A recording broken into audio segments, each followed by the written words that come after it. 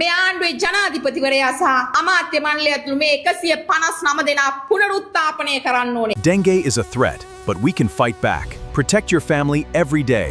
Prevent mosquito breeding by draining standing water. Protect, prevent, and stop dengue.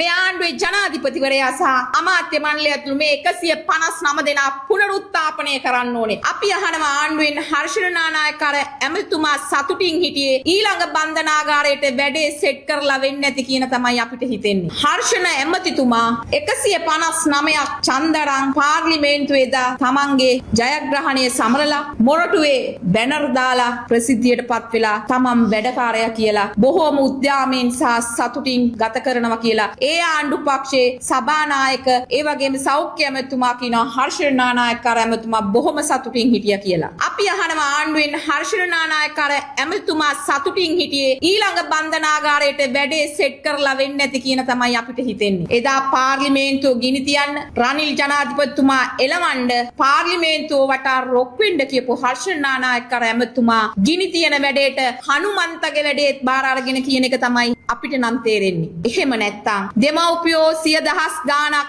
බන්ධනාගාරයේ වටේ කඳුළු සලමින් තමන්ගේ ලේයින් උපන්න දරුවන් මොන වැරද්ද කරත් දෙමව්පියන්ට තමන්ගේ දරුවම තමයි. එතන බොහෝ දෙනෙක් සැකකරුවන් කියලා බන්ධනාගාර නිලධාරීන් කියනවා, ආරක්ෂකාංශ කියනවා. එතකොට ඔවුන්ගේ ජීවිත ඒ විදිහට විනාශ වෙලා යනකම් බන්ධනාගාරයේ බාර ඇමතිවරයා මුනිවත රැක්කද නැත්තම් මුහුණු පොතෙන් මේ සිද්ධාන්තයේ සිද්ධිය එළියට එනකම් බලන් හිටියද කියන ප්‍රශ්නය අපිට තියෙනවා. 5 දෙනෙකුට වැඩි ප්‍රමාණයක් ජීවිතක්ෂයට පත් වෙලා ඒ වගේම තුවාලකරුවන් තුවාල ලැබලා ඒ ඡායාරූප විද්‍යුත් මාධ්‍ය තුල සහ ප්‍රවෘත්ති වලින් පෙන්නකොට අපිට හිතෙනවා මේ මහර බන්ධනාගාරයේද කියලා. 30 වසරක යුද්ධයේ සාපලත් යුද්ධයෙන් විනාශ වෙච්ච උතුරු නැගෙනහිර ප්‍රදේශවල තියෙන සුන්බුන් විදිහටම බන්ධනාගාරය විනාශ වෙලා බිමට බිම්පත් කරලා තියෙනවා.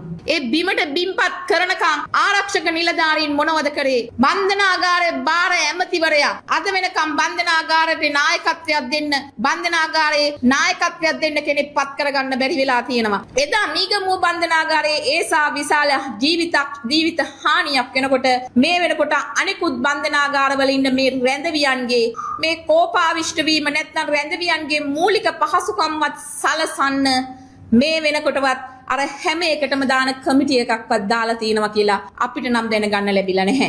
ඔබතුමාගේ ඊළඟ චිත්‍රපටි ගැන නෙවෙයි අපිට තියෙන්නේ. අපේ රටේ ජනතාව මේ බන්ධනාගාර ගත වෙලා ඉන්නේ මිනිස්සයෝ, සිරකරුවෝද මිනිස්සයෝ කියලා මේ බෝඩ් ගහගෙන ඉන්න අපි ඒ සිරකරුවන්ට අවම පහසුකම් ටිකවත් දෙන්න බැරි නම් මේ ඇතුලේ ඉන්න මිනිස්සු ඉන්නේ පීඩණයෙන්. සමහරු වැරදි කරපු මිනිස්සු, සමහරු සැකකරුවෝ. මොවුන් දෙගොල්ලෝ එකට එකතු වුණාම මේ දෙගොල්ලොන්ගේ ඒ පීඩණය කොහෙන් හරි පුපුරා යනවා. හැබැයි මේ පීඩනය සමනය කරගන්න වෙනත් රජයවල් වෙනත් ආණ්ඩු මේ පුනරුත්ථාපන වැඩපිළිවෙළවල් ක්‍රියාත්මක කරා. එහෙම දෙයක්වත් කරගන්න මොවුන්ට හැකියාවක් නැහැ.